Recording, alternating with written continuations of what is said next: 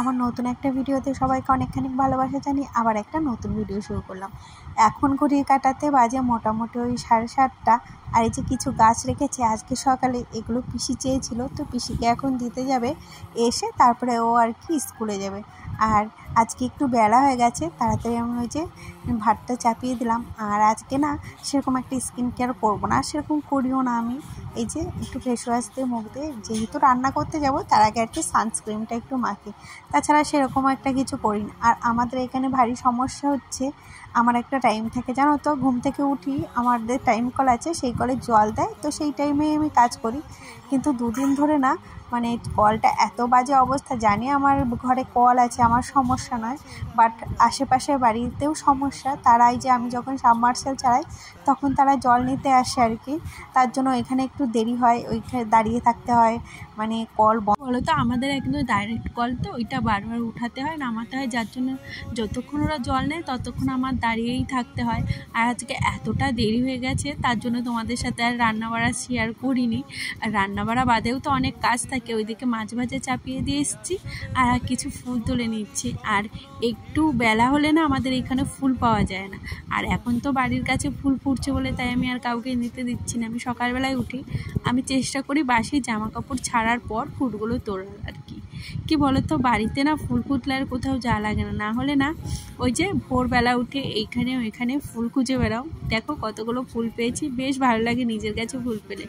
আর এই যে আজকে ডিম রান্না হবে, তার জন্য প্রতিদিন আমি শিলে বেটেই রান্না করি, বাট এই মিক্সির ছোটো জারটা না নষ্ট হয়ে গেছিলো, তাই ও কালকে এনেছে, তাই আমি দেখলাম মিক্সিটা করে কেমন হয়, বেশ সুন্দর হয়েছে জানো তো। আর আজকে সকালেতে এত তো তাড়াহুড়ো ছিল না, আজকে আর বিছানা গোটাতে পারিনি, তাই ভাবলাম একটু বেলায় গুটাবো। আর রান্নাটা কমপ্লিট হয়ে যাওয়ার পর সারাদিন মানে আস্তে আস্তে কাজ করলেও সেরকম একটা অসুবিধা হয় না। আর কি বলো তো, এই সমস্ত কাজ করার পর ওই যে তোমাদের বললাম, মানে তোমাদের বলেছি আমি একটা কাজ করি, বিড়ি বাঁধি। হ্যাঁ, অল্প কিছু ইনকাম করি ঠিকই, তবুও সবসময় তো বরের কাছে আর হাত পাততে হয় না। আগে জানো তো টিউশনি পড়াতাম, বাট আমাদের এখানে টিউশনি পড়ালে না খুব একটা মাইনে দেয় না।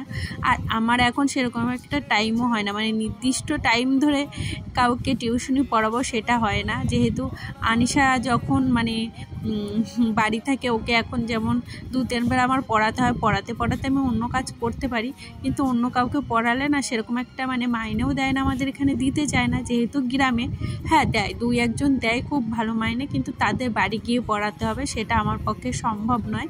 তার জন্য আর কি আমি বিড়ি বাঁধি, মানে নিজের টুকটাক খরচা চালানোর জন্য। হ্যাঁ, আমার বর চাকরি করে সরকারি, অনেকে ভাবতে পারে যে সরকারি চাকরি করে আমি এরকম কেন কাজ করি। আমি তাদেরকে একটা কথা বলতে চাই, আমি যখন বিয়ের আগে আমার বাবার সেরকম একটা আর্থিক পরিস্থিতি ভালো ছিল না, আমি পড়াশোনাটা কিন্তু এই বিড়ি বেঁধেই চালিয়েছি, নিজের ছোট ছোট শখগুলো এই বিড়ি বেঁধেই মানে পূর্ণ করেছি। তাই আমার কাছে কোনো কাজই ছোট হয় মনে হয় না। তবে তোমাদের ক্যামেরার সামনেও কোনোদিনও আনি না যে আমি কী কাজ করি। আমি এই যে কিছুটা কাজ করার পর মানে বিড়ি বাঁধার পর স্নান করতে যাব এখন, তারপরে ভাবলাম সবজি এনেছে সেগুলো গুছিয়ে রাখি। আর স্নান করার আগে জানো তো, যতই আগে থেকে কাজ করে রাখি না কেন, স্নান করার আগে কিন্তু কিছু না কিছু কাজ করেই থাকে। এই যে এখন সবজিগুলো, আর এই সবজিগুলো ফ্রিজে ঢুকাবো ভেবেছিলাম চিকচিকটে ভরেও, তারপরে আবার ঢুকালাম না, কেমন যেন লাগলো। সবজিগুলোর গায়ে না অনেকটা করে নোংরা লেগেছিল, যার জন্য আমি ভাবলাম একটু ধুয়ে ফ্রেশ করে রাখি, তাহলে দেখবে নিজের কাছেও ভালো লাগে। আর এই যে সমস্ত কাজ করে এখন স্নান করতে যাব, এখনও তো কাচাকুচি আছে। আর আজকে ভেবেছি একটু বাথরুমটা পরিষ্কার করব, তো 1-2 দিন অন্তর অন্তর আমি বাথরুম পরিষ্কার করি, না হলে না আমার ভালো লাগে না। যদি প্রতিদিন করতে পারি তাহলে বেশি ভালো হয়, কিন্তু এই যে প্রতিদিন তো আর টাইম হয়ে ওঠে না। এই হাজার কাজের মধ্যে দিয়ে, ব্যস্ততার মধ্যে আমি যতটা পারি পরিষ্কার পরিচ্ছন্ন থাকার চেষ্টা করি। অনেকে আছে কাজ ফেলে মানে অন্য কাজ করে, কিন্তু আমি কেন জানি না পারি না। আমার একটু অন্য কাজ কম হোক, কিন্তু আমার সব কিছু পরিষ্কার না হলে ভালো লাগে না। আর এইদিকে আমার বড় এই টেলিগ্রামটা ধুয়ে রাখতে বলেছিল, কারণ হলো ও হলো আজকে তেল আনবে, মানে মাসের বাজারটা করবে, তার জন্য তেলের ড্রামটা নোংরা হয়ে গেছে, তো বলছিল সবার সামনে বের করব, কেমন লাগবে ওর জন্য। আর আজকে কি হয়েছে, চিনিটাও ফুরিয়ে গেছে। আমি যখন 1-2 কৌটো মানে ধরো মশলা রাখি, সেটা যদি ফুরিয়ে যায় সঙ্গে সঙ্গে আমি সেই কৌটোটা ধুয়ে দিই। এমনি যেদিন মানে রান্নাঘর ডিপ ক্লিন করি সেটা একটা আলাদা ব্যাপার, কিন্তু যখন না করি তখন যেটা মানে ফুরিয়ে যায় আমি সেটা সেই দিনই চেষ্টা করি ধুয়ে দেওয়ার। জামা কাপড়গুলো মেলে দিয়েছি, আর এই যে আচারটা কেমন হয়ে গেছিলো, তাই আজকে একটু রোদে দিলাম।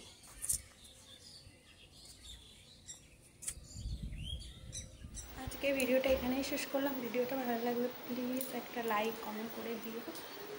আর একজনও বলেছিলে শাড়ি পরে ভিডিও করতে, এই দেখো আমি শাড়ি পরেছি এখন, বাট আজকে কোনো ভিডিও করিনি। তো চলো টাটা, আবার একটা নতুন ভিডিওতে দেখা হবে।